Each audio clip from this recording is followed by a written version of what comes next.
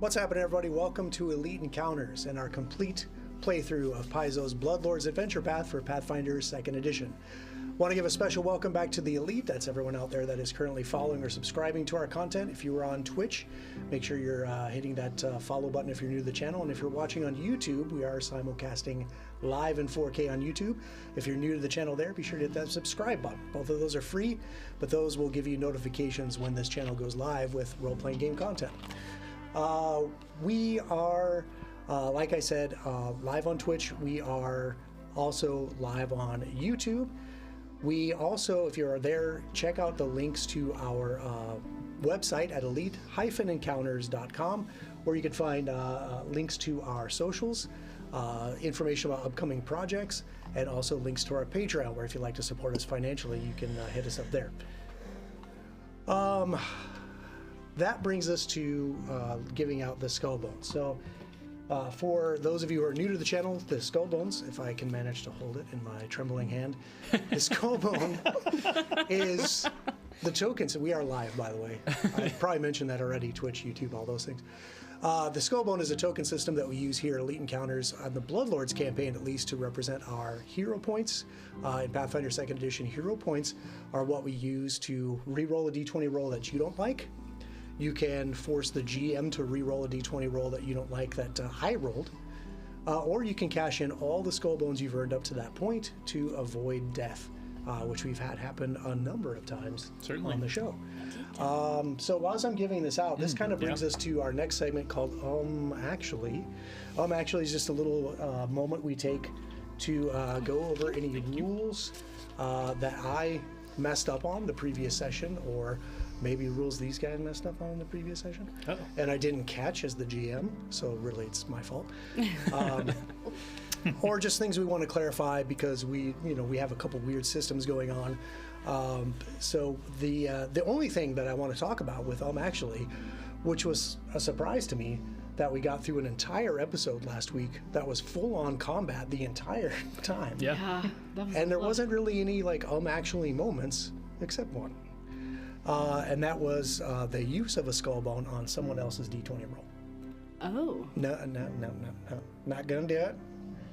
Not gonna do it. So you can use your skull bones for your rolls only, or to force mine. Your rerolls, okay. Okay. You can't make your other player characters reroll something.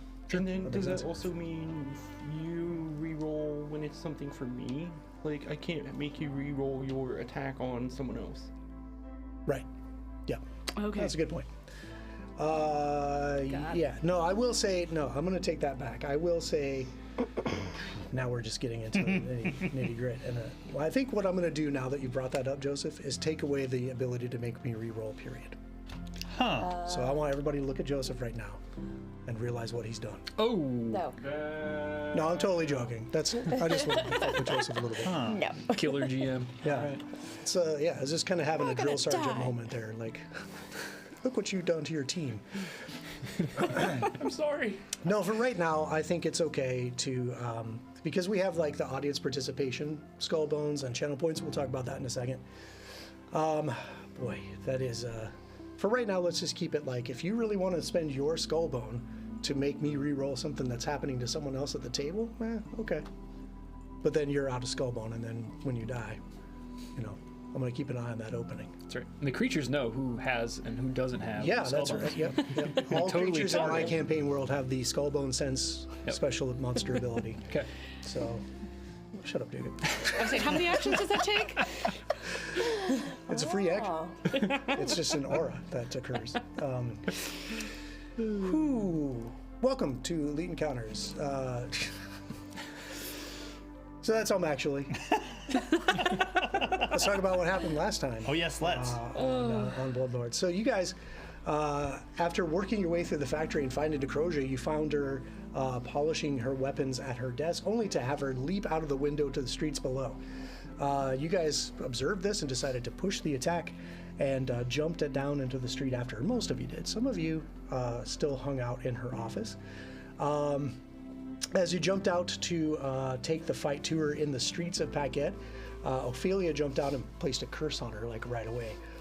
stumbling curse basically made her like bumble around her first few steps every turn. She did not like that very much.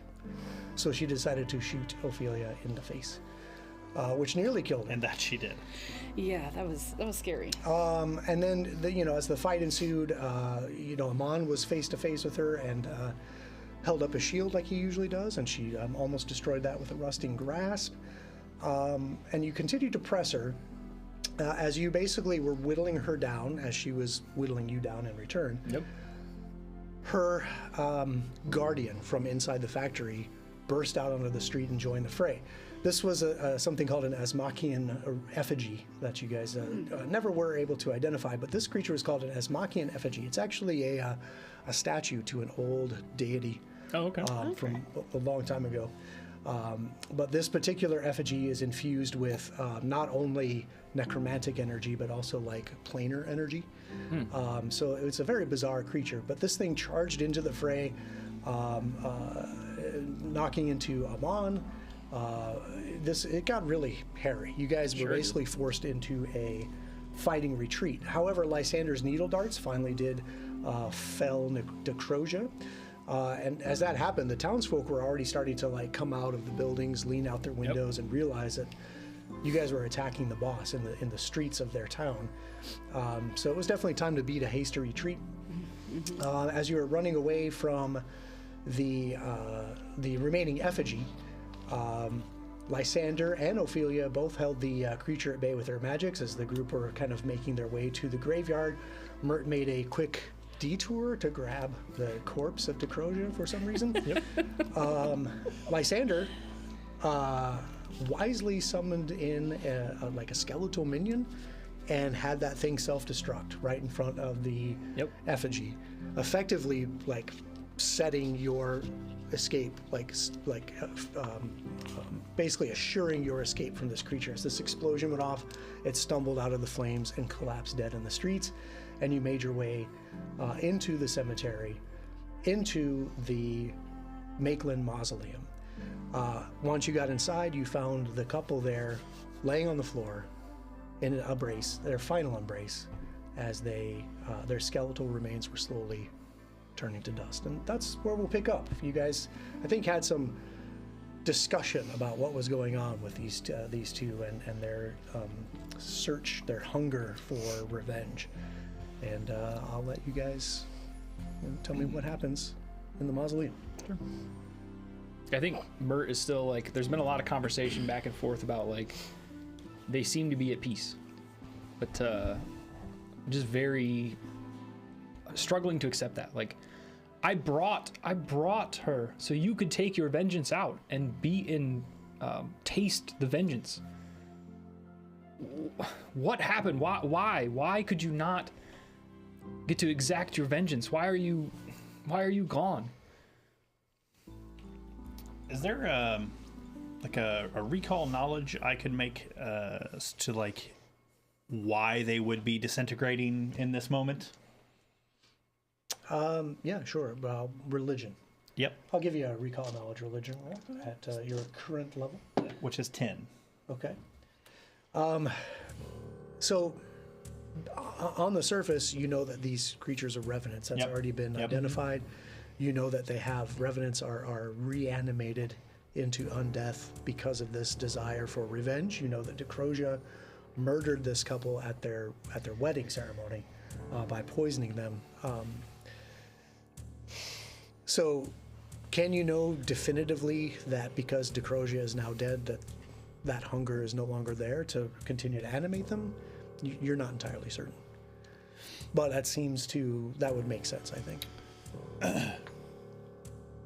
Though I think it's a waste of purpose, perfectly good purpose for these two, Mert, I think that by them investing in us in goods and services that we clearly didn't want or need, but I think that was them instilling maybe their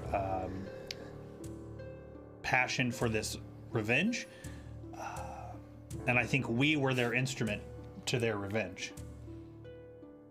I don't like it as much as clearly as much as you do. Or, I agree with you that I think they should have exacted their own revenge if they were looking for that for their purpose.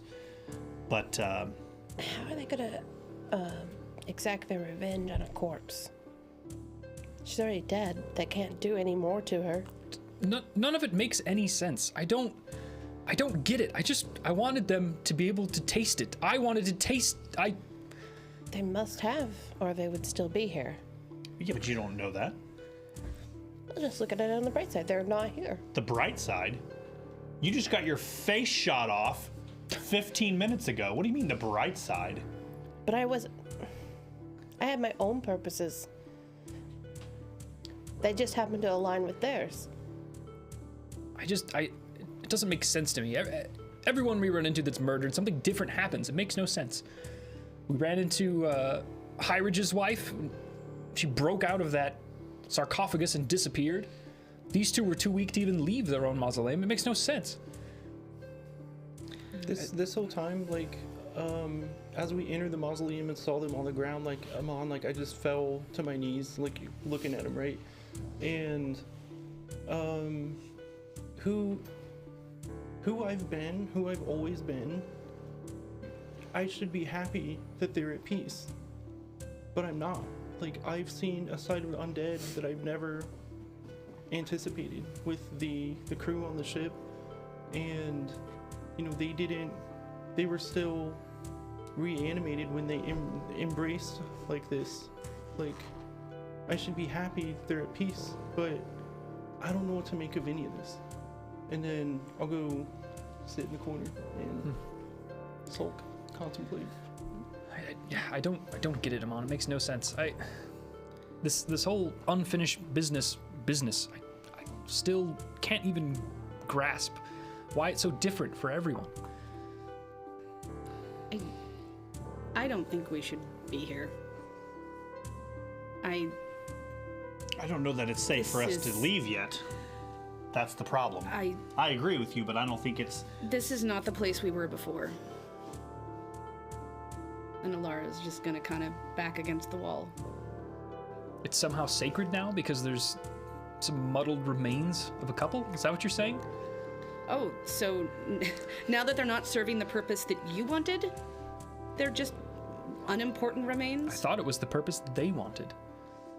I don't know that you get to make that decision. I don't know. I know they're nothing but dust now. I don't see why it makes a big difference whether we stay here or not. There's nothing left of them. I'm just sitting in the corner, like, almost knees up to my chest, just kind of sitting. Well, I guess that begs the question, do you really want to stay here? Or do you want to go somewhere else? I think Lysander is of the opinion that he'll just go where everyone else is going. If the majority of the opinion is to not stay here, then he will obviously go with whatever that opinion is. I don't think he has an opinion one way or the other. Amon is not capable of participating in the decision. If we truly wish to leave, I suppose we can go back up to the overlook where we initially watched the city from afar. I'm fine going up there if you prefer clearer air. I don't mind getting out, just getting some space from this. I understand the practicalities, so I'll stay, but I would hope that we could tone it down a notch. That if this is if this is now a place of peace and rest, then I think we need to honor that. There's